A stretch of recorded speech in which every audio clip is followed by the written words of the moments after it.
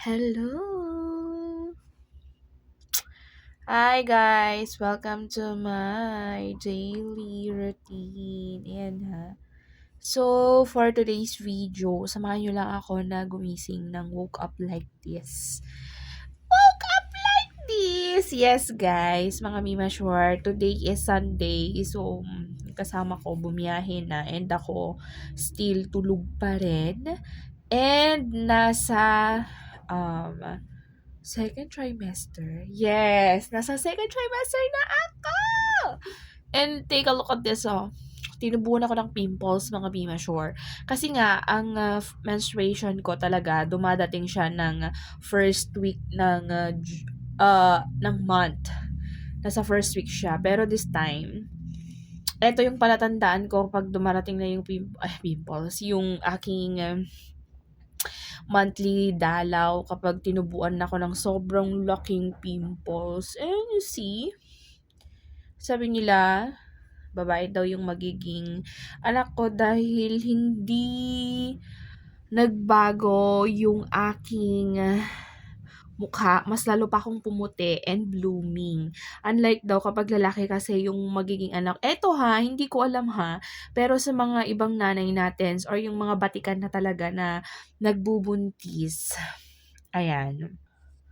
So yun na nga, sa mga batikan na nagbubuntis, nakikita na nila or nakikilatis na nila kung ano yung magiging anak mo based sa physical appearance mo. Sabi nila kapag nangitim daw yung leeg mo or nangitim daw yung kilikili mo, tas sobrang parang dugyot yung itsura mo, ibig sabihin daw nun is lalaki yung magiging anak mo. Pero kapag ikaw daw ay maarjud, sa Ilocano kasi, ang tawag namin sa medyo ay yung parang nag-aayos sa mukha gano'n, yung naglalagay ng mga makeup na arjud.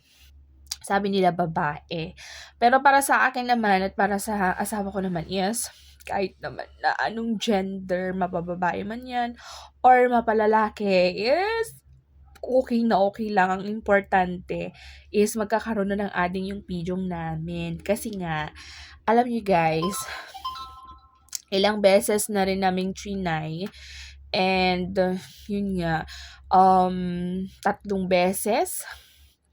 Yes, 3 beses na akong nakunan ng magkakasunod na taon ng walang hinto. As in, yearly talaga. Tapos, kalakasan pa nun ng school ko. Kaya yun ang nangyari.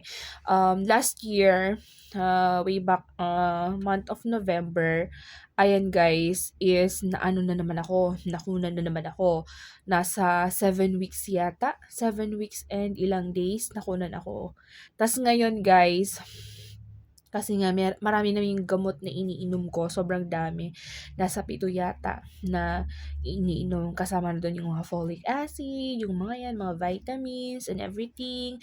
Yung gamot kasi meron akong na-diagnose ako meron akong chronic hypertension and type 2 diabetes. Talaga, kailangan talaga kapag may mga ganyang sakit ka and gusto mong magbuntis, ito kasi yung mga hindi ko naiintindihan dati. Yun kasi yung mga hindi ko naiintindihan dati, yung bakit kailangan na, yung lagi nilang sinasabi na kailangan magpahinga ka muna kahit 1 taon lang bago ka magpabuntis ulit kasi nga mataas yung BP mo, yung blood pressure kasi umabot siya ng 150, 160 over 120, 100 ganon, mga Mima Sure before. Pero ngayon guys, at dahil um nako-control na. So, si baby naman is safe naman siya. Yung kanyang heartbeat, thanks God, dahil normal, malakas siya, mga Mima Sure. Kaya talagang inaalagaan ko rin yung sarili ko. So, naglas ako sa rice. Pero alam nyo, kapag nag-crave ako na yung gusto ko talagang ulam, inaamin ko na hindi talaga ako hinahayaan ko lang yung feeling ko kasi nga, alam niyo yung the past few months, the past few weeks, talaga na hindi ako nakakakain. Sobrang hindi ko maintindihan yung pakiramdam ko na paiba-iba, kung ano yung gusto, kung meron yung pagkain na dyan, ayaw ko namin namang kainin, yung mga ganong bagay ba. So, pero ngayon guys, nakakain ko na yung mga gusto ko and yung mga kinikrave ko, ako na lang din ang nagluluto. Ewan ko kung ako lang din ba ang nakaka-feel nun na parang kung ano yung gusto kong lutuin at ayaw ko naman yung pamamaraan ng pagluluto nung kasama ko, nire-reject ko, hindi ko kinakain. So, yun nga guys ha. So, keep watching. Please follow din po yung ating YouTube channel. Please like and share. Pa-follow po ng ating YouTube channel para sa more videos. And thank you for all the support. Yan guys.